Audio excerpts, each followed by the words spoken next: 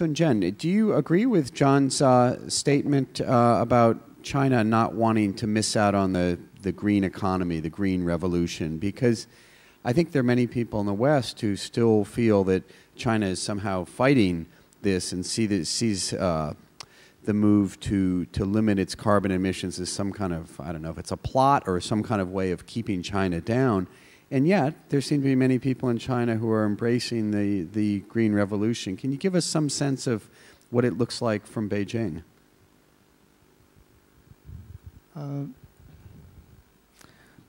Yes, I think in China there are also some people doubt whether the climate change issue is a trap.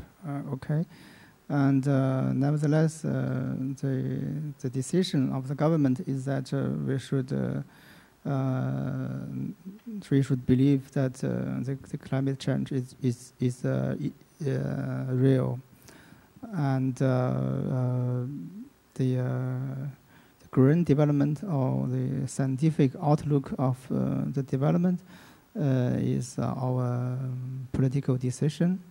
And it's also based on our estimate of our weakness and strengths.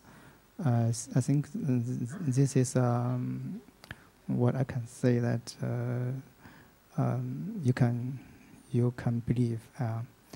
And the green development is not all about making money. It's about save people's life due to cancer, or so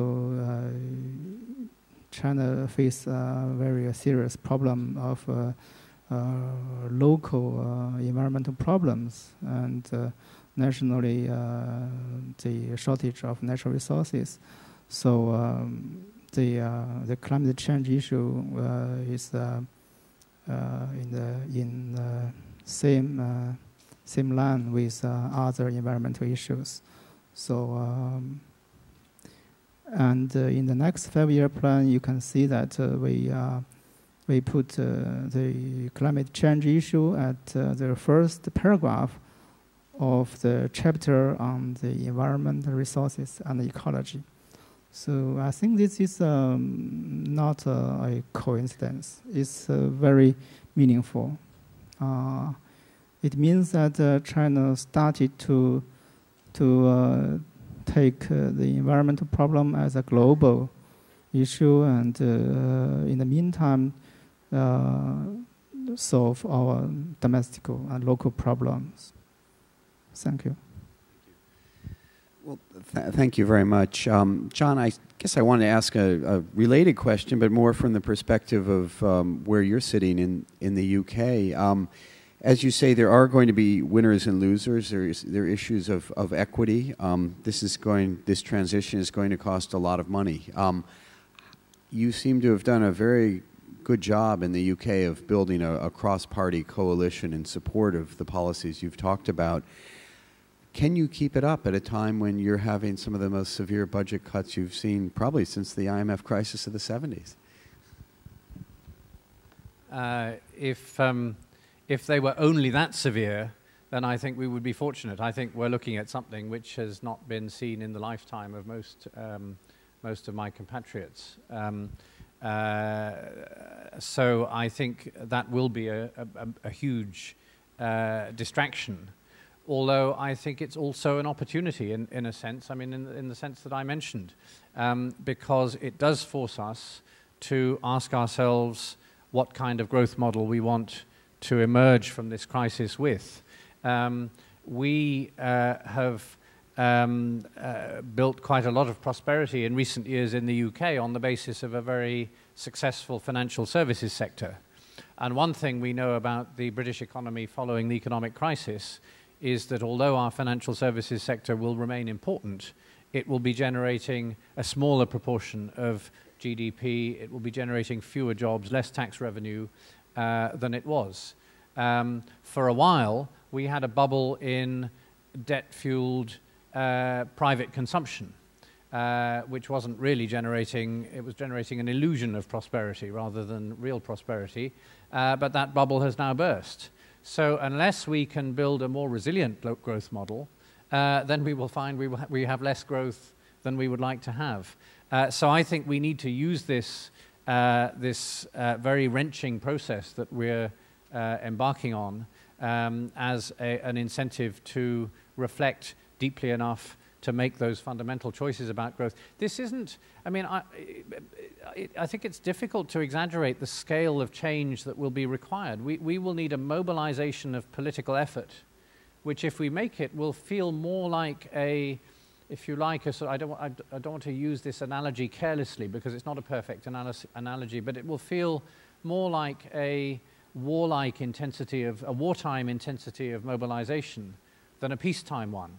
That's why we're making almost no impact on the problem at the moment, because we're running this as a set of policies alongside all the other policies that preoccupy us.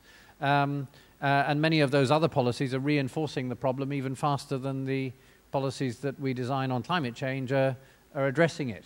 And I think that's what's so fascinating about what's happening in Korea at the moment, because I think they have gone beyond that. They're making a choice not just about their economic direction, but about their political identity. I sometimes like the analogy of a computer, where you have you run applications which are like policies. But if you want to be able to run any of your applications successfully, you need to have a good operating system. And low carbon growth is actually all about the operating system. It's not about individual applications. And actually, what we know about the other operating system, the high carbon one, is that it will crash.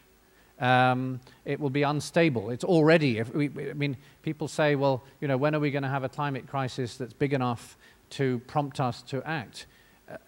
The news is that we've had one for some time. It's just a matter of looking in the right places. In Russia this summer, they had a drought which was very much the kind of drought that the climate models tell you to be expecting in Russia around about now. The consequence of that was a Russian decision to ban the export of wheat.